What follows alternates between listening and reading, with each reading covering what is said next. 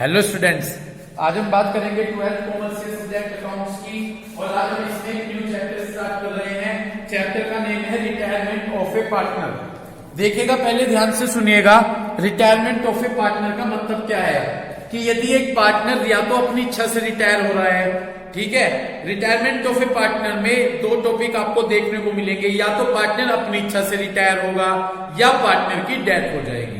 तो जब एक पार्टनर रिटायर होगा तो उसका जो शेयर होगा वो बाकी बचे हुए पार्टनर लेंगे। तो इस चैप्टर में ये बताया गया है, इस चैप्टर में ये बताया जाएगा कि जब एक पार्टनर रिटायर होगा तो रिटायर होने के बाद उसका शेयर कौन ले लेंगे, जो बाकी बचे पार्टनर होंगे। तो इसमें जो कॉन्टिन्यू पार्टनर कहा जाएगा, जो बाकी बचे पार्टनर होंगे उन्हें क्या कहा जाएगा, कॉन्टिन्यू पार्टनर। तो जो कॉन्टिन्यू पार्टनर होंगे वो अपना उसका शेयर ले लेंगे। किसका शेयर लेंगे, जो पार्टनर रिटायर होगा, ठीक। तो यहां पर कंटिन्यू पार्टनर को गेन होगा।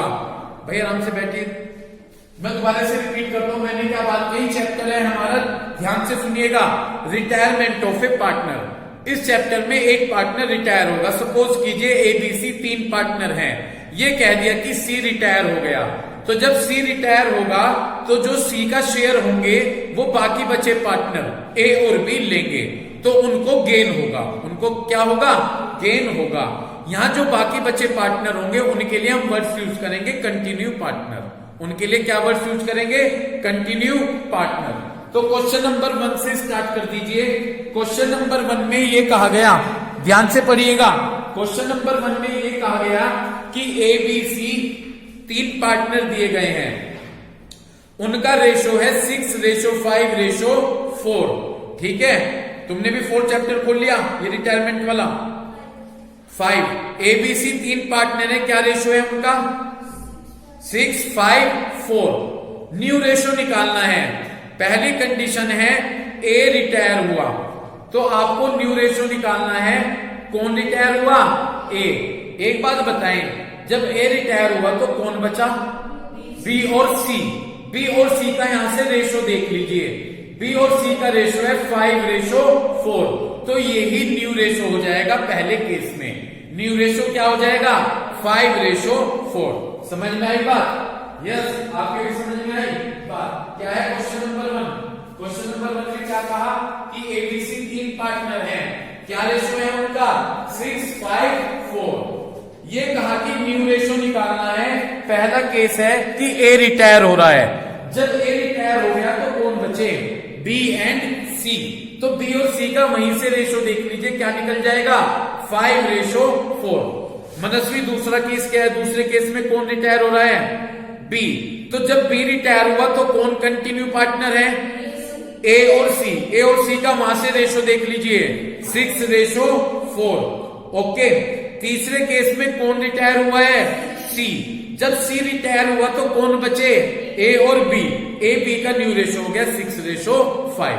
बड़ा सिंपल सा क्वेश्चन है, क्लियर हो गया। ऐसे ही आपके क्लियर हो गया होगा। क्वेश्चन नंबर 1 का बी पार्ट पढ़िएगा। क्वेश्चन नंबर 1 के बी पार्ट में ये कहा कि एबीसीडी 4 पार्टनर्स हैं, क्या रेशो है, 5:3:1:2। तो यहां पर 4 पार्टनर हैं ए बी और A B C D, 5:3:1:2 ratio है। न्यू रेशो निकालना है। यदि बी और सी रिटायर हो गए तो जब बी और सी रिटायर हुए कौन बचा, कशिश कौन बचा, यस, ए और डी। तो ए और डी का रेशो देख लो, वहां से क्या बनता है, 5:2। तो ये न्यू रेशो हो गया। इतनी बात क्लियर हो गई। क्वेश्चन नंबर 2 पर आ जाइए। एक्स वाई जेड, ये खुद से कीजिएगा, मेरी बात सुने, मैं समझा रहा हूं। एक्स वाई जेड 3 पार्टनर हैं जिनका प्रॉफिट लॉस रेशो 2/3, 1/4 और 1/12 है। यहां से एलसीएम ले लीजिएगा।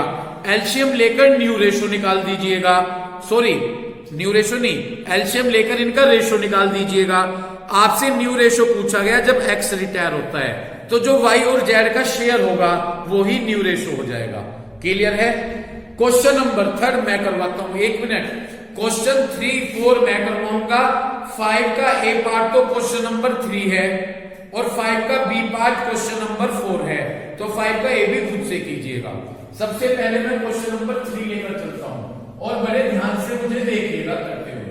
क्वेश्चन नंबर 3 में ये कहा गया कि एल, एम और ओ 3 पार्टनर हैं जिनका प्रॉफिट और लॉस रेशो 3:2:2 है। तो मैंने यहां पर लिखा L ratio M ratio O। यहां पर L M O का क्या रेशो है?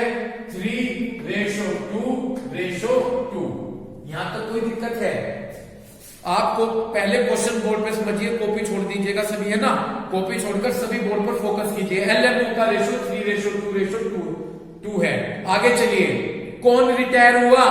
M रिटायर हो गया। तो मैंने देखो यहां पर लिख दिया M रिटायर। जब M रिटायर हुआ तो आप M का शेयर लिख लीजिए, ठीक है? M शेयर इक्वल टू, यहां से M का शेयर देखिए, M का है 2/7, 3 2 5 और 2 7। M का शेयर हो गया 2/7। समझ गए? तो मैंने पहले LMO का रेशो लिख लिया 3:2:2, फिर मैंने M का शेयर लिख लिया, M रिटायर हुआ 2/7। आगे पढ़ो। उसका शेयर, उसका ये बताया गया है कि उसका share was divided equally between L and O। जो उसका शेयर था, किसका? M का, वो L और O ने इक्वली बांट लिया आपस में।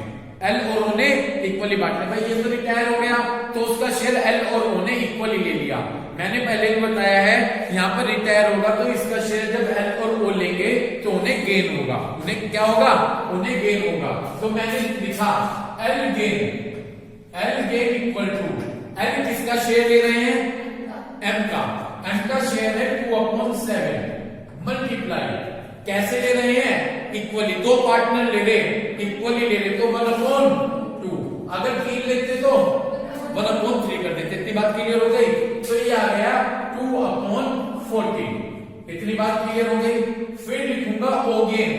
O ने भी किसका शेयर लिया? M का। 2/7 मल्टीप्लाई 1/2, 2/14 आ गया। यहां तक कोई दिक्कत, कोई प्रॉब्लम? गेन को पिछले चैप्टर में तो पार्टनर सेक्रीफाइस दे रहे थे नए पार्टनर को, इसमें रिटायर्ड पार्टनर का शेयर ले रहे हैं, तो गेन को उनके ओल्ड शेयर में प्लस कर दीजिएगा। तो गेन को उनके ओल्ड शेयर में प्लस कर देंगे। तो यहां पर मैंने लिखा L share equal to, L का ओल्ड शेयर 3/7 प्लस 2/, L कितना गेन कर रहा है? 2/14। यहां से मैंने 14 एलसीएम ले लिया। जब मैंने यहां से 14 एलसीएम ले लिया, ठीक है जी, तो 14 को 7 से डिवाइड कीजिए 2 की 3 में मल्टीप्लाई कीजिए 6 प्लस यहां पर एज इट इज 2, 8/14। उसके बाद एल के शेयर के बाद ओ शेयर, ओ को गेन हुआ है ना, ओ शेयर इक्वल टू ओ का ओल्ड शेयर 2/7 प्लस जितना ओ को गेन हुआ 2/14। यहां से 14 एलसीएम ले लिया, ठीक। 14 को 7 से डिवाइड किया 2 की 2 में multiply 4 plus 2 as it is 6/14। यहां तक आ गया। और एक बात बताऊं, इस चैप्टर में रिटायरमेंट में न्यू रेशो निकलेगा जो बाकी बचे पार्टनर होंगे, यानी कंटिन्यू पार्टनर होंगे। जब एम रिटायर हो गया तो बाकी कौन बचे? एल और ओ। तो न्यू रेशो निकलेगा किस किस के बीच में? एल और ओ के बीच में। एल रेशो ओ, एल का क्या शेयर है? 8/14 और उसका 6/14, यानी 8:6 और 2 से डिवाइड कर लीजिएगा 4:3। ये याद है क्या? समझ में आ गया पहला क्वेश्चन? कोई डिफिकल्ट तो था नहीं। आगे चलूं, ये तो था मेरा क्वेश्चन नंबर 3। इसका बिल्कुल इसके सेम 5 क्वेश्चन का ए पार्ट है, तो 5 क्वेश्चन का ए पार्ट खुद से निकाल लीजिएगा। इसके बाद मैं बात करूंगा क्वेश्चन नंबर 4 की। क्वेश्चन नंबर 4 पर फोकस करें। क्वेश्चन नंबर 4 में एबीसी 3 पार्टनर्स दिए गए। मैंने लिख लिया एबीसी, क्या रेशो दिया गया है? 4:3:2। कोई प्रॉब्लम? आगे चलो, कौन रिटायर हुआ? बी। मैंने लिख दिया यहां पर बी रिटायर। जब बी रिटायर हुआ तो साथ के साथ बी का शेयर देख लीजिए क्या है। कशिश बी का शेयर 3/9 3/9। कितनी बात समझ में आ गई? मैंने यहाँ पर भाई यहां से 4 3 7 दोनों 3/9। ओके, आगे बढ़े। बी का शेयर ए और सी ने ले लिया, उसका शेयर ले लिया ए सी ने किस रेशो में? 3:2 में। कौन ले रहा है? ए सी। तो बी का शेयर ए सी ने ले लिया किस रेशो में? 3:2 में। समझ गए किसको गेन हुआ? ठीक, मैंने लिखा ए गेन। ए किसका शेयर ले रहा है? सी का। किसने बोला? सी का किस? आपने बोला। क्यों सी ने? यहां पर ए और सी ने लिया है, पहले ए लेते हैं। ठीक है, कंसंट्रेशन से समझो क्वेश्चन। ठीक, ए बी सी का रेशो 4:3:2। बी रिटायर हो गया, बी का जो रिटायर हुआ उसका शेयर लिख लिया 3/9। बी का शेयर ए और सी ले रहे हैं किस रेशो में? 3:2 में। बी तो चला गया, बाकी बचे ए सी 3:2 में। तो ए को गेन हुआ। ए ने किसका शेयर लिया? 3/9 मल्टीप्लाई 3/5, तो 9/45। उसके बाद सी ने भी लिया, सी गेन। सी ने किसका शेयर लिया? बी का। 3/9 मल्टीप्लाई 2/5, 6/45। कितना आ गया? 6/45। कोई दिक्कत है क्या? गेन को बस अब क्या करते हैं, उनके ओल्ड शेयर में प्लस कर दीजिए। मैंने लिखा है यहां पर ए शेयर, ए का ओल्ड शेयर। यदि मैं बात करूं ए का ओल्ड शेयर है 4/9 प्लस जितना ए को गेन हुआ 9/45। यहां से मैंने एलसीएम ले लिया 45। 45 को 9 से डिवाइड 5 की 4 में मल्टीप्लाई 20 प्लस 9, तो 29/45 आ गया। कितना आ गया? समझ गए? उसके बाद किसको गेन हुआ? सी को। तो क्या लिखूंगा? C share. सी का ओल्ड शेयर 2/9 प्लस जितना सी को गेन हुआ 6/45। यहां से मैंने एलसीएम ले लिया 45। 10 प्लस 6 16/45। तो न्यू रेशो आ गया ए और सी के बीच में। न्यू रेशो किसमें आया? ए और सी के बीच में। कितना आया? 29:16। उम्मीद करता हूं दोनों क्वेश्चन बढ़िया क्लियर हो गए होंगे। तो क्वेश्चन नंबर आपका 3 और 4 मैंने करा दिया। 5 क्वेश्चन का ए और बी पार्ट आप खुद से कीजिएगा।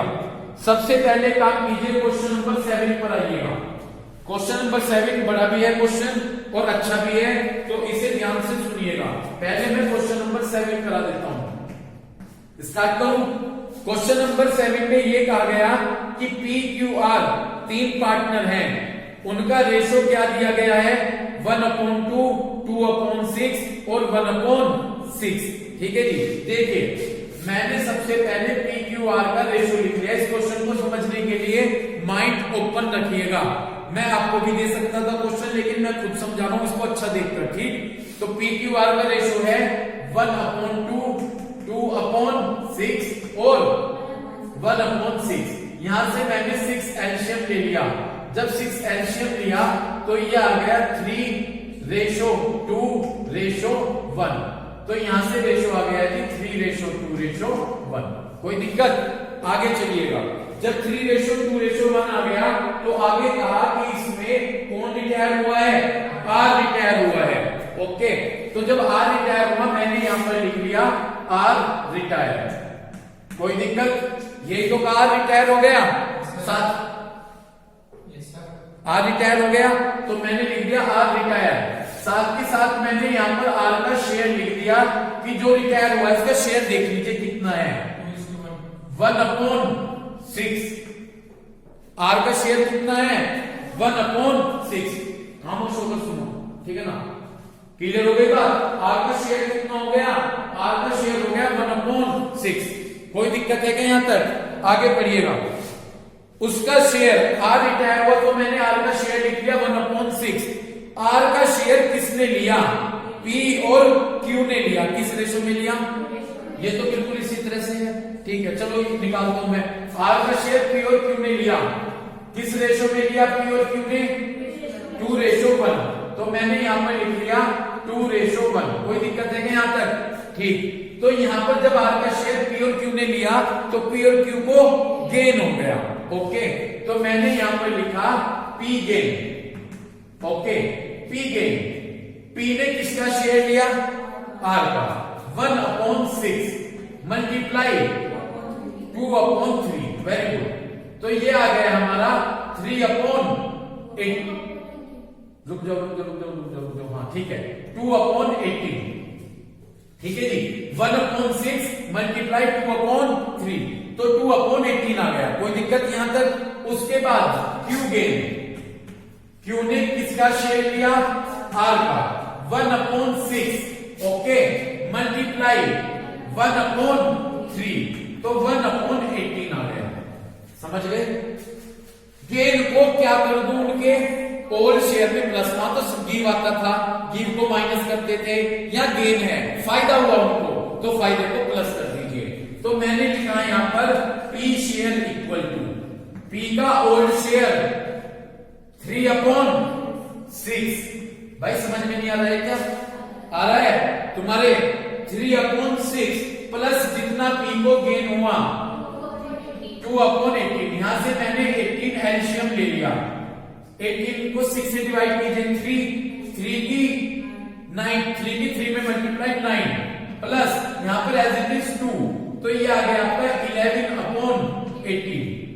उसके बाद मैंने लिखा क्यू शेयर, क्यू का ओल्ड शेयर, क्यू का ओल्ड शेयर फोकस करो तो 2/6 प्लस 1/18। यहां से मैंने एलसीएम 18 लिया, 18 को 6 से डिवाइड किया, 3 की किसमें मल्टीप्लाई? 2 में, 6 प्लस यहां पर 1, तो 7/18। कोई दिक्कत? क्लियर है? बस यहां से न्यू रेशो निकाल दिया। ये न्यू रेशो आ गया किस किस के बीच में? पी क्यू के बीच में। बस 11 और 7 आ गया। तो न्यू रेशो हमारा क्या आ गया? पी और क्यू के बीच में 11/7। अब हम आगे चलते हैं। जब हमारा न्यू रेशो 11/7 आ गया, क्वेश्चन आगे पढ़िएगा। कोई दिक्कत? यहां तक बड़ा सिंपल है। आगे पढ़िए। S is admitted, third chapter पर पहुंच गए अचानक से, मतलब इससे प्रीवियस चैप्टर पर पहुंच गए। एस को एडमिट किया गया कितने शेयर के लिए? 1/4 शेयर के लिए। तो कह रहे हैं कि हमने एस को एडमिट किया 1/4 शेयर के लिए। एडमिशन ऑफ ए पार्टनर का क्वेश्चन आ गया यहाँ पे। आगे पढ़िए। एस को 1/4 शेयर के लिए एडमिट किया गया, 1/3 ऑफ विच, जिसका एस 1/3 कौन दे रहा है? पी। रिलैक्स होकर सुनिएगा 1 मिनट। एस का शेयर क्या है? इसका, लैंग्वेज समझना, इसका 1/3 तो कौन दे रहा है? पी। पहले मैं काम कर लेता हूं। इसका 1/3 कौन दे रहा? पी। पी गिव लिख दूं तो P give equal to P किसका दे रहा? 1/3, 1/4 का। तो 1/4 मल्टीप्लाई 1/3, तो 1/12। ये तो इतना तो दिया पी ने। ओके, आगे लैंग्वेज पढ़ो। एंड द रिमेनिंग शेयर, और जो बाकी बचेगा वो शेयर पी और क्यू ने इक्वली ले लिया। 1 मिनट, वो किसने ले लिया इक्वली? एक तो ये ले रहा, ठीक है, और एक और आएगा पी की। फिर दोनों को जोड़ के जब पी का टोटल शेयर आएगा कितना उसने दिया। अगर नहीं है मैं दोबारा अपने स्टेटमेंट बोलूंगा। दोबारा बोलूं? ये कहा कि एस को एडमिट किया इतने शेयर के लिए। अब क्या किया? इसका 1/3 तो पी ने दिया, और जो बाकी बचेगा वो पी और क्यू ने दिया। तो यहाँ पी गिव 2 हैं, एक तो ये वाला और एक अब निकल कर आएगा पी गिव। अब पहले देख लीजिए कि कितना बाकी बचा है। रिमेनिंग, ठीक है जी, रिमेनिंग कितना बचा है? टोटल एस का शेयर कितना था?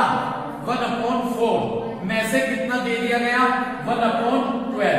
तो आपने यहां पर 12 एलसीएम ले लिया। जब आपने 12 एलसीएम ले लिया तो 3 - 1 2/12, ये अब भी बाकी बचा है। कितना बाकी बचा? तो समझ में आ गई बात? तो 2/12 अब भी बाकी बचा है। कितनी बात क्लियर हो गई? इस 2/12 को पी और क्यू ने इक्वली दिया। पी और क्यू ने कैसे दिया? इक्वली। तो मैंने लिखा यहां पर पी गिव ठीक, मैं ज्यादा राइटिंग लिख नहीं रहा, सीधे लिख रहा हूं। पी गिव, ये जो बाकी बचा, कितना बचा 2/12, इसे इक्वली दिया किस किसने, 2 दे रहे हैं तो 1/2, तो 1/2 कर लिया तो ये आ गया 2/24। क्लियर हो गई बात, 2/24। उसके बाद क्यू गिव, ठीक है जी, वही 2/12 मल्टीप्लाई 1/2, तो 2/4। समझ गए। अब पी ने 2 दिए हैं, 2 बार दिया, एक बार तो ये दिया और एक बार ये दिया, तो पी का टोटल देख लीजिए कितना पी ने दिया है। टोटल पी गिव, पी ने टोटल कितना दिया है, ठीक है जी। एक तो दिया ये वाला 1/12 और एक दिया 2/24। यहां से एलसीएम ले लिया 24, 2 + 2 तो 4/24 दिया टोटल पी ने। अब टोटल पी ने तो ये दिया और क्यू ने ये दिया, बस गिव को उनके ओल्ड शेयर में से माइनस। समझ में आ रही है क्या लैंग्वेज? इसलिए देखो क्वेश्चन कितना अच्छा है, इसलिए मैंने इसे कर दिया, ठीक है। अब पी ने पहले इतना दिया है तो P share equal to okay, P का जो ओल्ड शेयर है, ठीक है जी, यहां से पी का ओल्ड शेयर 11/18, ठीक है जी, ये आ गया था। यहां से क्वेश्चन दोबारा चेंज हो गया है, ठीक है। अब यहां से रेशो मैंने न्यू रेशो लिख दिया ना, फिर वो नई कंडीशन बनी है, तो अब यहां से ये ओल्ड रेशो है 11/18, ठीक है जी, वो था पिछला क्वेश्चन, ओके। 11/18 माइनस 4/24, ठीक है जी, तो 18 और 24 है, यहां से एलसीएम 72 आ जाएगा। कितना आ जाएगा? यहां से एलसीएम 72 आ गया, कोई दिक्कत? जब 72 ले लिया, 18 से 72 4 बार, और 4 की 11 में मल्टीप्लाई कर लीजिए 44, ठीक है जी। कितना आया? 44। यहां पर तो 72 को 24 से 3 और 3 की 4 में 12, तो 32/72 आ गया पी का शेयर। क्लियर है? तो पी का शेयर कितना आ गया? 32/72। अब इसी तरह से किसका शेयर निकाल लूं? Q share equal to Q का ओल्ड शेयर 7/18 माइनस जितना क्यू ने दिया 2/24, ठीक है जी। यहां से मैंने वो एलसीएम 72 ले लिया, 72 को 18 से डिवाइड कीजिए 4 की 7 में मल्टीप्लाई 28, 72 को 24 से 3 की 2 में मल्टीप्लाई 6, तो 22/72 आ गया। समझ गए? बस ये न्यू रेशो निकालना है, वो न्यू रेशो निकलेगा किस किस के बीच में? पी, क्यू एंड एस, ठीक, नया केस था एस। पी का कितना आया? 32/72। क्यू का कितना आया? 22/72 और एस का 1/4। यहां से मैंने एलसीएम ले लिया 72, तो 33 लिखा जाए, 32, 22 और 18, भाई इससे 18 आ जाएगा।